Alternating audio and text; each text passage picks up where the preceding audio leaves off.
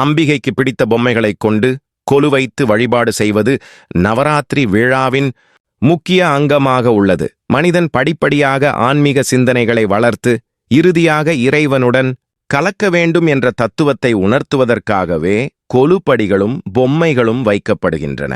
9 படிகள் அமைப்பது மரபு. ஒவ்வொரு படியிலும் ஐதீகப்படி பொம்மைகளை வைக்க வேண்டும். பொம்மைகளை வைக்கும் மரபையும் அந்த பொம்மைகள் கூறும் தத்துவத்தையும் இங்கு காணலாம்.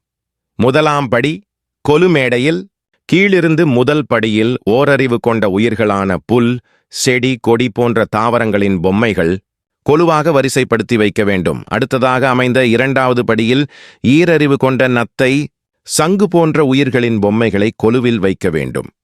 3 அறிவு படைத்த உயிரினங்களான கரையான், எறும்பு போன்றவற்றின் பொம்மைகளை கொண்டு 3வது படியை அமைக்க வேண்டும். 4 அறிவு உயிர்களான நண்டு, வண்டு போன்றவற்றின் பொம்மைகளை வைத்து 4வது படியை அலங்கரிக்க வேண்டும். 5 அறிவு கொண்ட உயிர்களான மிருகங்கள் மற்றும் பறவைகளின் பொம்மைகளை வைத்து 5வது படியை அமைக்க வேண்டும். இந்த படி மனிதர்களுக்கு உரியது. எந்த உயிருக்கும் இல்லாத சிந்திக்கும், சிரிக்கும் சக்தியை இறைவன் மனிதனுக்கு வழங்கியுள்ளார். அத்தகைய 6வது அறிவு கொண்ட மனிதர்களின் பொம்மைகளை வைத்து 6வது படியை நிர்மாணிக்க வேண்டும். மனித நிலையிலிருந்து உயர்நிலையை அடைந்த சித்தர்கள், ரிஷிகள், மகரிஷிகள், ரமணர், வள்ளலார் போன்றோரின் பொம்மைகள் கொண்டு 7வது படியை அமைக்க வேண்டும். தேவர்கள், அட்டதிக்கு பாலகர்கள், நவக்கிரக அதிபதிகள் போன்ற தெய்வங்கள், தேவதைகள் போன்றோரின் பொம்மைகளைக் கொண்டு 8வது படியை அலங்காரம் செய்ய வேண்டும். பிரம்மா, விஷ்ணு, சிவன் ஆகிய முப்பெரும் தேவர்கள், சரஸ்வதி, லட்சுமி, பார்வதி தேவி போன்ற முப்பெரும் தேவிகள் ஆகிய தெய்வங்களையும் அவர்களின் நடுவில் நடுநாயகமாக ஆதிபராசக்தியின் உருவ பொம்மையையும் வைத்து 9வது படியை நிறைவு செய்ய வேண்டும். மனிதன் படிப்படியாக உயர்ந்து தெய்வ நிலையை அடைய வேண்டும் என்பதற்காகவே இப்படி கொலு அமைப்பது வழக்கம். நவராத்திரி முதல் நாள் என்ன செய்ய வேண்டும்? எப்படி வழிபட வேண்டும்?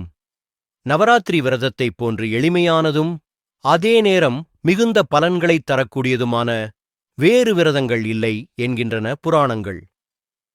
சக்தியை நோக்கி அனுஷ்டிக்கும் விரதங்களில் மிகவும் முக்கியமானது நவராத்திரி விரதம்.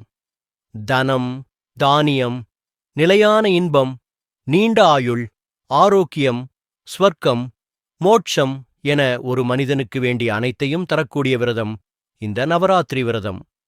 நவராத்திரியில் அம்பாளுக்கு சாற்ற ஒவ்வொரு நாளும் ஒவ்வொரு விதமான நைவேத்தியம், ஒவ்வொரு விதமான மலர், 9 நாளும் வாசிப்பதற்கு 9 வகையான வாத்தியங்கள், அம்பாளை பூஜிக்க 9 வகையான மந்திரங்கள் என்று ஏராளமாக இருக்கிறது.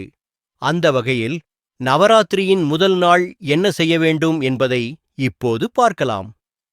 நவராத்திரியின் முதல் நாள் அரிசி மாவில் பொட்டுக் கோலமிட வேண்டும். இன்று மிருதங்கம் வாசிக்கத் தெரிந்தவர்கள் தோடிராகம் இசைப்பது மிகவும் சிறந்தது. முதல் நாளில் அம்பிகையை 2 வயது குழந்தையாக பாவித்து பூஜிக்க வேண்டும். அன்று அம்பிகையை வில்வத்தால் அர்ச்சனை செய்வது சிறப்பான பலனை அருளும். முதல் நாள் அம்பிகைக்கு வெண்பொங்கல் நைவேத்தியம் செய்து மற்றவர்களுக்கு கொடுக்க வேண்டும். இதனால் அளவற்ற நன்மைகள் நமக்கு ஏற்படும். முதல் நாள் அம்பிகையை குமாரியாக பூஜித்தால் நமக்கு எதிரி, கடன் போன்ற தொல்லைகள் ஏற்படாமல் இருப்பதுடன் ஆயுள் விருத்தியும் செல்வ விருத்தியும் ஏற்படும் என்பது நம்பிக்கை.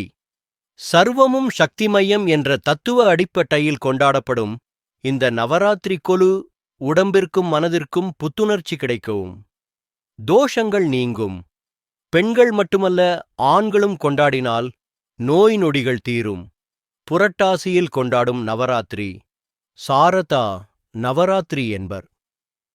சித்திரை, புரட்டாசி மாதங்களில் வெயில், மழையினால் ஏற்படும் நோயிலிருந்து காப்பதற்காகவே சித்திரை மாதத்தில் வசந்த நவராத்திரியும் புரட்டாசி மாதத்தில் இந்த சாரதா நவராத்திரியும் கொண்டாடப்படுகிறது. கல்வி, செல்வம், வீரத்திற்காக கலைமகள், மலைமகள், அலைமகளை வணங்குகிறோம். நவராத்திரி 9 நாட்களும் வாசலில் மாவிலை கட்டி பூஜை செய்தால் ஐஸ்வர்யம் உண்டாகும்.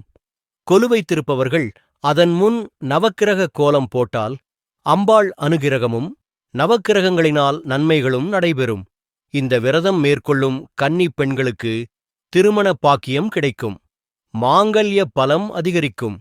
இது பெண்கள் மட்டுமே கொண்டாடும் பண்டிகை அல்ல. ஆண்களும் விரதம் இருந்து கொண்டாடலாம். இதனால் சக்தியும் அதிகரிக்கும். காரணம், அசுரனை அழிக்க அனைத்து சக்திகளும் ஆண் தெய்வங்களின் மூலம் உருவானவர்கள்தான். நவசக்திகள் பிரம்மனின் மூலம் உருவான பிராஹ்மணி, சிவன் மூலம் உருவான மகேஸ்வரி, விஷ்ணுவிடம் இருந்து உருவான வைஷ்ணவி, முருகனிடமிருந்து உருவான கௌமாரி, வராகமூர்த்தியிடமிருந்து உருவான வாராகி, நரசிம்மர் மூலம் உருவான நரசிம்ஹி, இந்திரன் மூலம் உருவான இந்திராணி என அனைத்து சக்தி ரூபங்களும் ஆண் தெய்வங்களின் மூலம் சக்திகளையும் ஆயுதங்களையும் பெற்று அசுரனை எதிர்த்து போரிட்டு அசுரவதம் செய்தனர். எனவே இந்த பண்டிகையை ஆண்களும் கொண்டாடலாம். புரட்டாசியில் தன்னை வெளிப்படுத்திக் கொண்ட சீனிவாச பெருமாளை அடைவதற்காக மகாலட்சுமி தாயார் அலமேலுமங்கை என்ற திருநாமத்துடன் எழுந்தருளினார். பெருமாளை அடைவதற்காக அவர் 9 நாட்கள் விரதம் இருந்து ஏழுமலையானை அடைந்தார்.